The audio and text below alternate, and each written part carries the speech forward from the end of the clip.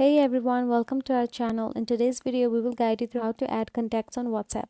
So let's get started. Firstly, tap on the WhatsApp icon on your iPhone's home screen to open the app.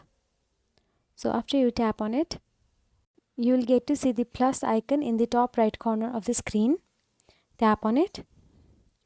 After you tap on the plus icon, you will get to see a drop down menu where you will get to find new contact option. So tap on the plus icon in the blue highlights in top right corner, you can see there.